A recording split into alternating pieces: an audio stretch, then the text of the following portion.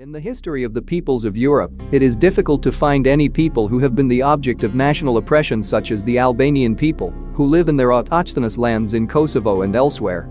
The most drastic means, except oppression, terror, violence, physical liquidation, etc. There was also ethnic cleansing of Albanian lands and colonization with the Serbian element. Thus, Kosovo, although an ethnic territory of the Albanians, was constantly confronted with the claims of the Serbian government for colonization and thus forcibly changed the structure of the population that would then lead to the Slavization and gradual merging of the indigenous Albanian people. Throughout history, Serbia used all the models of colonization of Albanian lands, especially Kosovo, which is also the subject of treatment in this documentary. The colonization of lands in Kosovo is a process that the main goal of all Serbian and then Yugoslav politics and military machinery in all periods of time has been the Slavization of Kosovo. Meanwhile, throughout history, oscillations have been observed, sometimes slowing down and sometimes accelerating rapidly the colonization process, which depended on the political, economic, and social circumstances that were present. However, as a process, it has never stopped. In order to realize the Slavization of the Albanian territories over our people, measures were taken with various political and military police means, of course with the economic and social ones. The masses were as anti-human as they were fascist and savage. They ranged from harassment and constant police control to beatings, killings and mass disappearances of locals. Serbian academics, politicians, writers, Nobel laureates, historians, senior military, teachers, pedagogues, career diplomats were engaged in their anti-Albanian policy to achieve the invading goals of colonizing Kosovo with the Slavic element and expelling Albanians from their homeland. Who, based on the instructions of the Dome of the Serbian State Pyramid, drafted projects, platforms, memoranda, programs, held secret and open tribunes, gathered in scientific conferences and symposiums, organized roundtables on behalf of old Serbia. Led masses to the sky, sanctified or cursed the Serbian and Albanian fighters, wrote books and monographs full of anger, distributed leaflets with fabricated subjects and events, with non-existent heroes, with demagogic theses that profaned the Albanian people and culture, morals and its centuries-old traditions. Regarding the writings and other unscientific statements of Serbian historiography, it is not enough just to conclude that they are non-scientific publications. Suffice it to say that he does not deserve to be dealt with. This assumption is painful, it is pacifist and unacceptable to true science. However, all those lump sum writings and assessments must be argued with the language of facts, and the truth about the historical past of all Albanians must be clarified. For this there are many facts and evidences of archival documents that completely refute the assessments and publications of many Serbian scholars, but also some others who were under the influence of Serbian writings. In some writings, studies, but not enough, Albanian scholars, historians, analysts, or scientists have opposed both Serbian propaganda as well as the distortions that academics, scientists, writers, etc. Serbs have made historical facts. But the Serbian publications with anti-Albanian fabrications, with slander and with distortions of historical facts, are so numerous and in such large circulations that this evil can be compensated only by a voluminous and long scientific work with patriotic devotion of historians, of impartial scholars and analysts based on historical truths, respectively of our academies and scientific institutions. The territory of Kosovo has been inhabited since ancient times. Albanians are descendants of the Illyrian tribe, the Dardanians. The Dardanians were one of the largest Illyrian tribes, living in the central part of the Balkans. The heart of the Dardanian lands was today's Kosovo. Archaeological, historical, linguistic, folkloric data, etc., clearly testify to the Albanian autochthony, to the Illyrian Albanian continuity. The presence of Albanians in these areas is evidenced and confirmed later in the chrysobulas and diplomas of medieval Serbian rulers, while in the period of Ottoman rule there are detailed and abundant documents on the population and settlements of Kosovo. The Albanian people among the oldest peoples of Europe, which were attacked by numerous storms, and rarely can there be any people in the world who have had such savage invasions and invaders, who have known these lands inhabited by Illyrian Albanians. In the Illyrian lands, and later of the arbor of the Albanian ancestors, a multitude of invaders attacked in order to devour as large parts of the Illyrian trunk as possible. Those invaders will exercise their arsenal through massacres, murders, burnings, theft of spiritual and material culture. The first in these campaigns were the Greeks and Romans, who would not only enslave the natives, Hellenizing and Romanizing them, but would plunder everything, destroying the Illyrian being. Later all this would enable the Slavic tribes that had just descended from the Carpathians to subdue them more easily and assimilate them more easily. From this we can conclude that the occupation of Albanian lands and their colonization began from the time of Illyria. The other invaders left, while the Serbs and Montenegrins who settled in the ethnic Albanian lands still live here today. The object of the permanent interests of the invaders in Kosovo was the very important geographical position, natural wealth, fertile lands as well as the favorable climatic conditions of the Albanian lands, etc. The Illyrian Iberian territories of Kosovo, after the Roman rule, respectively the Byzantine, and then for a time also Bulgarian, passed under the rule of the state of Russia headed by Stefan Nemanja, 1165 to 1195, who partially conquered Kosovo. The complete conquest of Kosovo took place in 1216. The annexation of the Kosovo Plain and the Dukagjini Plain to the state administration of Russia marks the beginning of the existence of the Serbian ethnicity in these areas.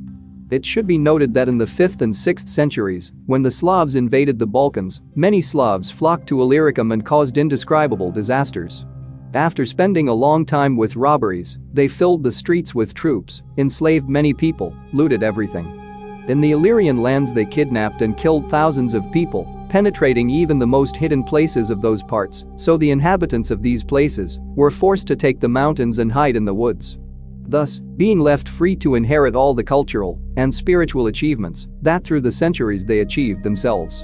Wherever the Slavs passed, they looted, massacred, hanged, burned settlements, etc. Thus, with fire and iron, they managed to significantly shrink the space inhabited by the indigenous inhabitants of the Balkan Peninsula. The Serb population came to the Albanian territories, respectively to Kosovo as occupiers. Here they found the autochthonous Illyrian Albanian population, which lived many centuries ago uninterruptedly in these lands. From Raška, Serbs began to infiltrate in the 11th and 12th centuries, earlier in the fertile Fuž Kosovo Polj, even in the upstream areas of South Morava and Vardar. Serbian gangs have destroyed everything. The Great Župan, Vukani burned Lipian and devastated other areas, 1091. Other rulers have done the same. Stephen Nemanja's son, Stephen Prvovinkani, wrote in 1190, Nemanja occupied, in addition to the cities of the Struma Valley, foundation, because no stone was left untouched. He annexed their lands and wealth to the wealth and fame of his rulers. Then, it is said that in Serbia the hated and cursed heresy has appeared. Nemanja has introduced in the state assembly the representatives of the church and the rulers and has decided that the heresy should be eradicated by force. Nemanja sent the army and burned some, punished others with various punishments, expelled others from his state, and took their houses and all their possessions, and gave them to the denouncers and collaborators. He tore his tongue from their teachers and their forefathers, and burned their dishonest books and pursued them, threatening that they would confess, and mention that accursed name on all sides, and uprooted on all sides that accursed faith that is never mentioned in his state. With the invasion of the Slavs in the Albanian lands, the permanent goal was the ethnic cleansing of those lands. In order to achieve these goals, they used different ways and forms of action, which, of course, depended on internal and external circumstances, socio-political developments, as well as other possibilities that could affect the realization of this goal. The establishment of racial rule in Kosovo marked the beginning of one of the most difficult periods for the Albanian population of this region. The latter was not only deprived of any political rights, but also subjected to the economic exploitation of the racial Serbian state hierarchy and assimilation. Assimilationist pressure peaked during the reign of Emperor Stefan Dusan. A special role was played by the Serbian church based in the city of Peja, Patriarchate of Peja, which, having the unstinting support of the state, systematically worked to remove the Albanian population from the Catholic rite, widespread in the ranks of this population most than 1,000 years earlier, and its orientation towards Slavic orthodoxy. In these circumstances, a good part of the Kosovo Albanian population was forced to embrace the Orthodox Slavic rite. In the time of Dusan's empire, who had proclaimed himself king of the Serbs, Greeks, and Albanians, the Serbian government, previously the Bulgarian government, made toponymic changes, built its own facilities, churches and monasteries, and took in generally, they tried to separate the occupied territories with Slavic features. All this activity they associated with the spread of their propaganda, ostensibly for their historical and natural right, especially in Christian states. By doing so in a timely and continuous manner, they strengthened the goals of ethnic cleansing and paved other ways of deepening this goal. The medieval Serbian government in the occupied territories began to organize religious life based on the Orthodox religion. The Slavic Orthodox Church, having aspirations of domination, begins the assimilation of other non-Slavic peoples, primarily the Arbors. The Russian rulers took drastic measures to persecute and punish those who were not of the Orthodox religion. Albanian churches began to appropriate and usurp them as their own, or tore them down and built Serbian churches on their foundations, such as of Vranjska, Deacon, Gracanica, etc. Therefore, today's Serbian politics cannot be based on the data that those churches and monasteries are theirs, but appropriated. This is supported by the fact that all the time until today the Albanian population itself had preserved them as they had been theirs. With the arrival of the Slavs in the Balkans, his toponymic map changed radically. Many old Illyrian Albanian names were replaced by new Slavic names. Foreign invasions and rulers along with their consequences have caused the geographical space occupied by Albanians in the Middle Ages to be the result of a territorial narrowing. The long and strong pressure of the Slavic states and churches, which was accompanied by the colonization of Albanian lands by the Slavs, especially of Kosovo, has caused the Albanian language space to be constantly narrowing. However, the attempts of the medieval Russian, Serbian, kingdom to change the ethnic physiognomy of the Kosovo region did not yield the desired results. The Albanian population successfully resisted Serbizing pressure, remaining the vast majority in the ethnic structure of these areas. The documents of the Serbian Chancellery of the 14th and 15th centuries, as well as those of Ragusa, prove the uninterrupted continuity of the Albanian ethnicity of Kosovo during the medieval Rasian Serbian rule. Some archival documents proving the colonization of Kosovo. Regarding the colonization of Kosovo with the Slavic element and the displacement of Albanians outside their homeland, there are numerous archival documents which prove this. These documents are today stored in various archives in Belgrade, Tirana, London, Pristina, Istanbul, Skopje, Vienna, Rome, etc. The most important documents are undoubtedly kept in the archives of Yugoslavia, in the relevant ministries in Belgrade, especially in that of Agrarian Reform and Finance. Even in the Kosovo archive and the funds of the district and district courts there are documents that shed light on this. While the Agrarian Reform Fund, the file of about 14,500 families with more than 70,000 inhabitants, the Revision Fund of the Agrarian Reform 1945 to 1945, that operated in Kosovo within the Provincial People's Council, and some parts of the funds, the Serbian government during the time of violent measures in the Kosovo Archive 1990 to 1999, he received a part and sent it to Belgrade. The purpose is known. The loss of traces of factual property legal evidence, and for the purpose of manipulation and subsequent gain. Archival documents prove that immediately after 1912, and in a break due to the First World War at the end of 1918 due to violence, began the Great Albanian Displacement and the arrival and settlement of the Slavic population in Albanian territories. Thus, on 12.01.1919, in the letter number 13 Company I of the 3 Battalion of the Yugoslav Regiment informed the commander of the 3 Battalion from Plava about the arrival of 30 Albanians from Dukagjini, whose houses had been burned there. M.Gj, the Archbishop of Skopje, from Prizren on August 29, 1919 wrote to Eminence Tztr. G.M. Cardinal von Rossum, prefect of the Holy Congregation, to propagandified Rome, among other things, those weapons that they do not have were taken out. The Ministry of Army and Navy on 12.1919 in Belgrade informs the Ministry of Agrarian Reform for permission that the commands of the regimental districts can provide weapons, if necessary, to the settlers in Dukagjini, Drenica, Kosovo, Dodjeran and Malish districts. They can also provide firearms and ammunition to district regiment commands in the realm of real needs, police and municipal authorities, to maintain order and conduct village guarding.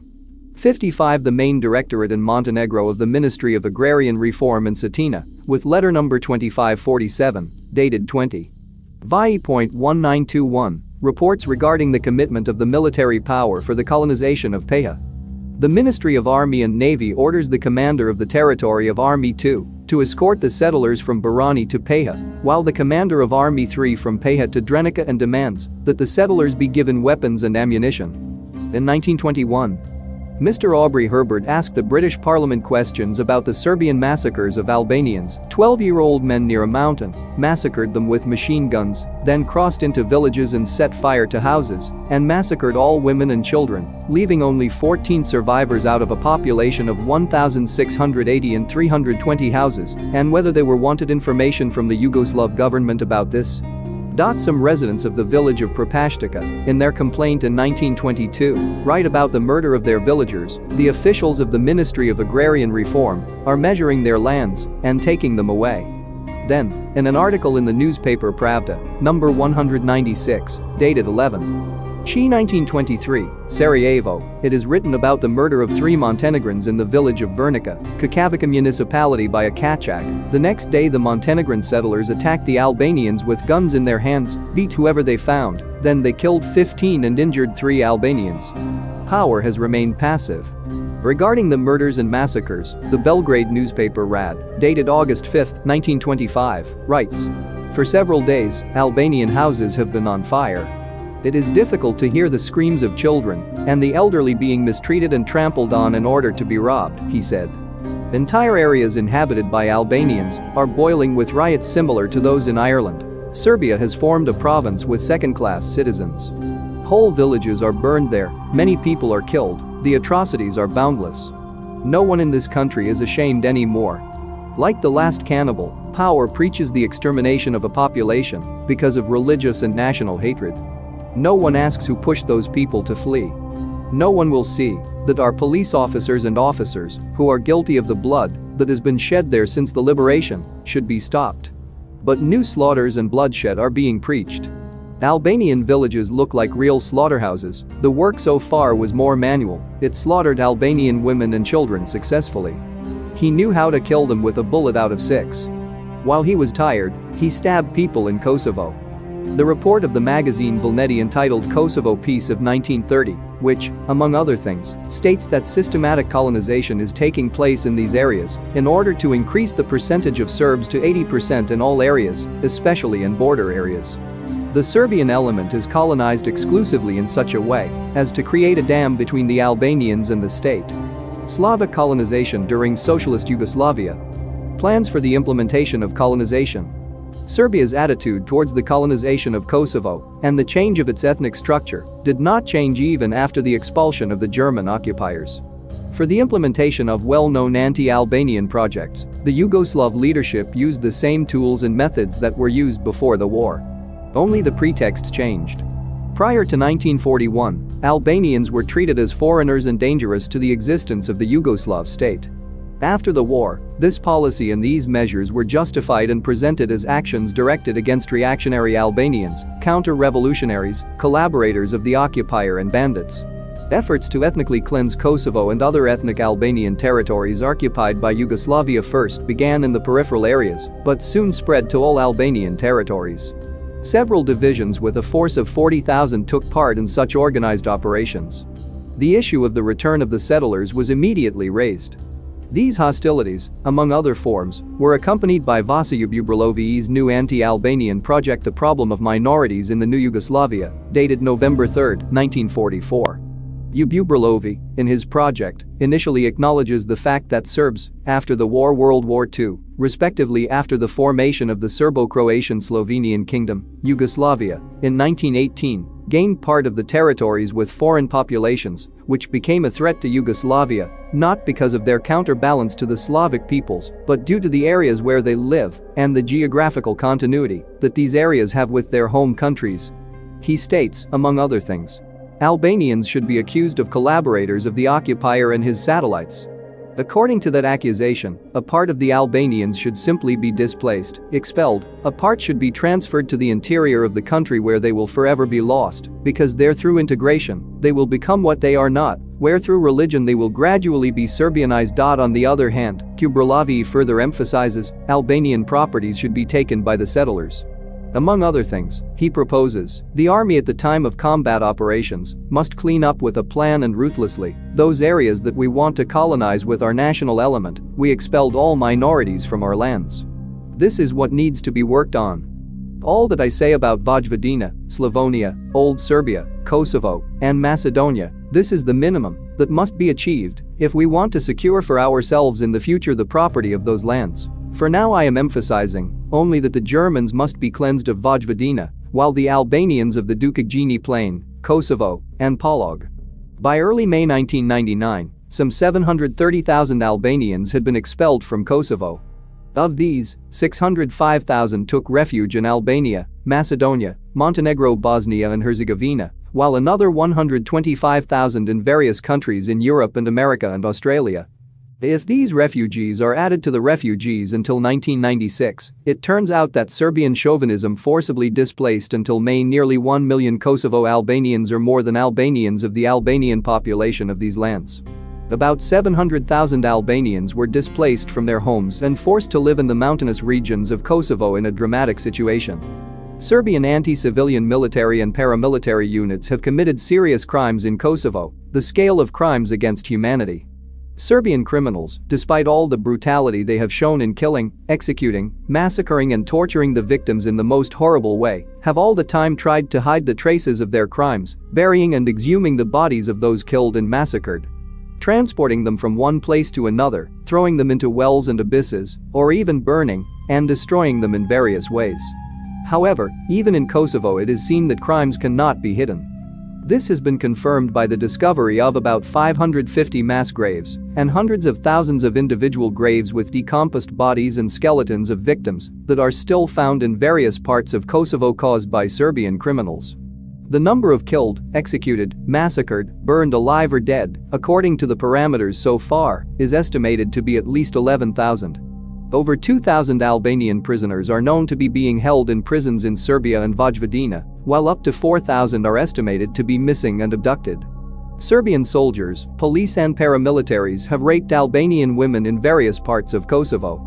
Number of destroyed, burned or damaged buildings, houses and apartments, business premises and factories, schools and other educational, cultural, and scientific facilities, religious buildings, cultural and historical monuments since antiquity to the present day, business premises, craft workshops, factories, etc., is too big.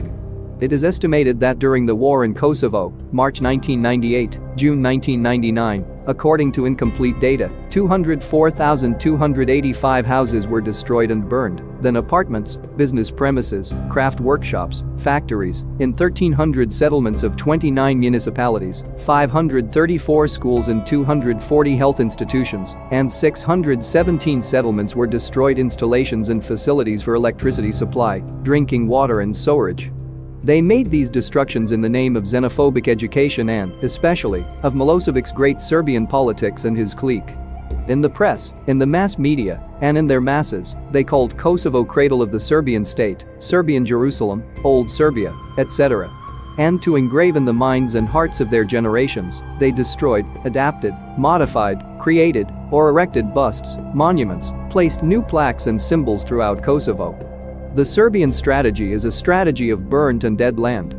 Ethnic cleansing to completely occupy the territory. The Serbian rulers developed their strategy on the principle of centuries-old wars, which states that no people can be conquered. To invade the territory, they have chosen the tactic of ethnic cleansing. They intended to occupy the lands, but they did not want those lands to have non-Serb people. The movement for liberation would be continuous, and one day those people would definitely enjoy freedom. However, the Albanian people, their youth had always opposed this terror and this violence, in various forms. First with the organization of illegal organizations, then taking actions against the authorities and in recent years with active resistance, the formation of the Kosovo Liberation Army, which included the best sons and daughters of the Albanian people in defense and liberation of the homeland.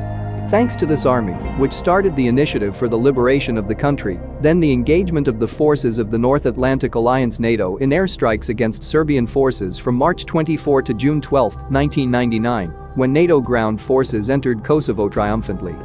The Serbian occupying forces signed the capitulation and were forced to withdraw from Kosovo, while the Albanian people returned to their homes in freedom and marched on the road to independence.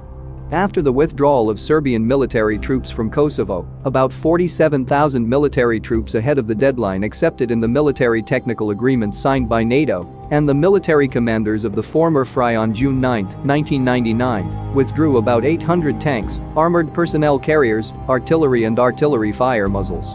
Immediately, on the same day, and on other days, the Albanian population began to return to their homes.